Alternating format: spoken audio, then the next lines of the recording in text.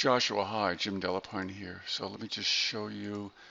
I want to do this video here to show you how you can improve this. First of all, forget the gradation. You know, you're going to be putting in a background next week. So if I just selected this background and filled it with black, Alt Delete, and see that you did a good job with the layer masks. Okay, so what you need to do is scale this to fit in place. And I want to show you how you can make this work a little better. All right, so if I go to the top, I note that there's a duplicate pineapple on the top. All right, so I'm just gonna hide that. You actually should delete it. Um, and here's why. We're going to make this knife look like it's going through the pineapple.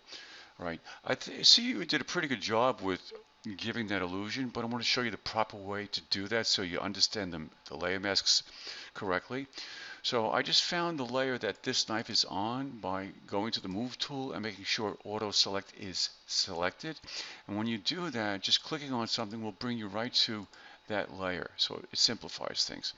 So I'm going to bring the knife, I'm going to change the stacking order, bring it above the pineapple. All right, so let's make it look like it's going through the pineapple. Okay, so all you need to do is select the layer mask and then go in.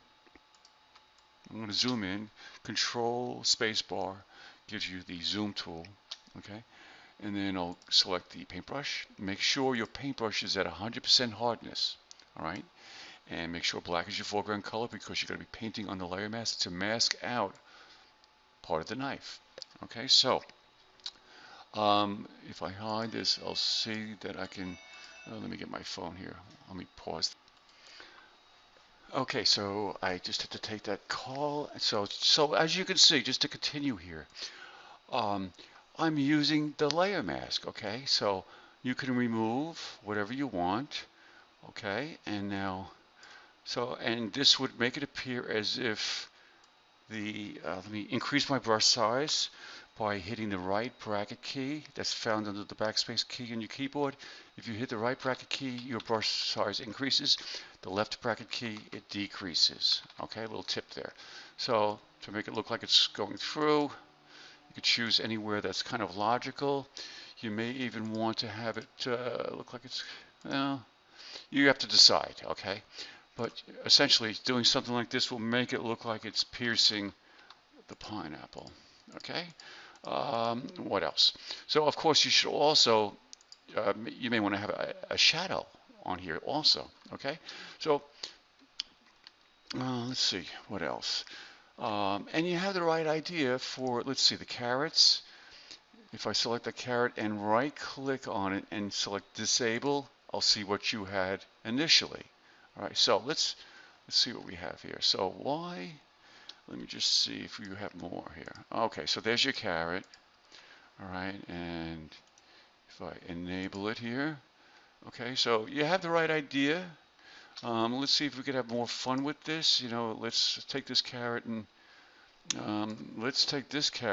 bring it. Let's see, where's the pineapple? Why is it here?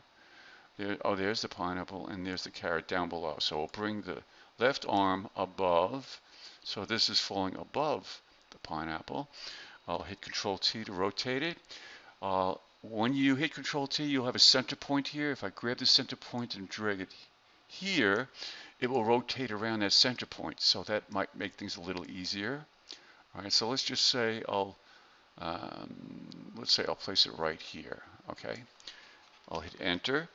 Now what you'll do is zoom in, select the layer mask for that carrot, click here, and then just mask out that portion to make it look like it's going through the pineapple or into the pineapple. Okay.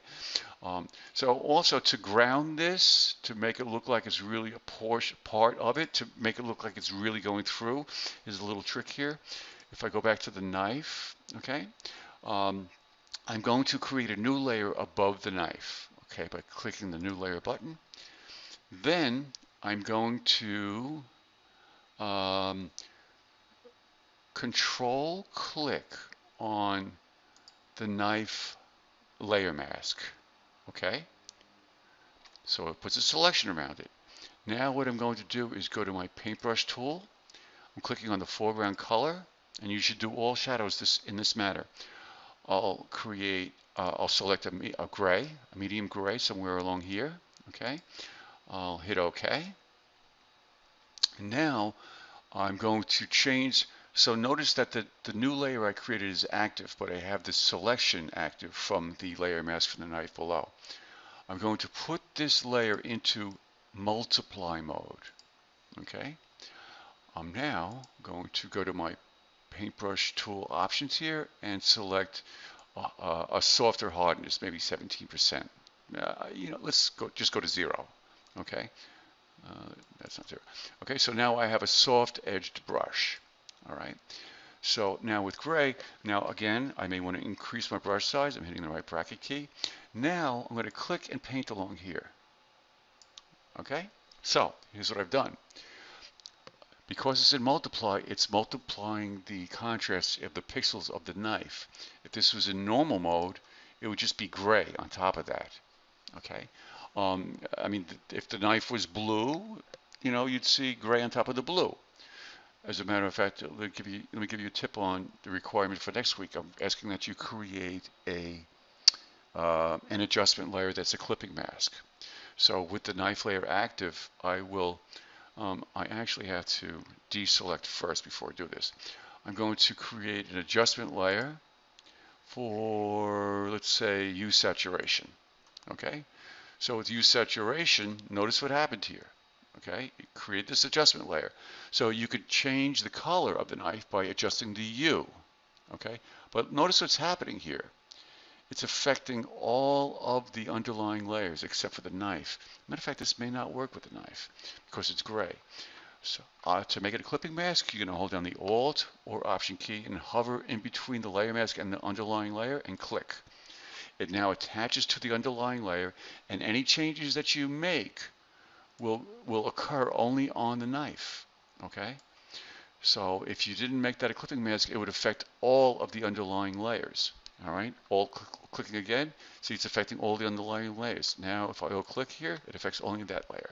All right, so now let's see here. So I will, well, but there's no color change. Why? That's because, well, there is a color change, but it's just I used a bad result. Okay, because it's black and white. If I did it on the carrot, it would be dramatically different. All right. So in any event, that layer should be in multiply mode. All right, the shadow layer. And if it's too dark, you can always adjust the opacity of it. Okay, so you get a softer shadow. But that will ground it and make it look like it's going through the pineapple. So I want you to take that principle and apply it. One last thing is you need to scale this. Okay. And center this more. So to do that, you need to I'll select the layer above the background. All right, you need to select all the layers at the same time. I'm scrolling up to the very top layer, and this pineapple layer is garbage. So get rid of that top layer. So I'll select all those. They're all selected. Now if I hit Control T, I can move this down and also scale it up by clicking and dragging. As I'm dragging, I'm holding down the Shift key to constrain the proportions. Otherwise, it would be fat or too thin. Okay, this is as you're holding the cursor down and dragging. And then as you drag, you can hold down the Alt key and it will scale in and out from the center point. Make sure you let go of the cursor first and then the Shift and the Alt keys, and then hit Enter to apply the transformation. All right, so I hope that helped. All right, take care now. Bye.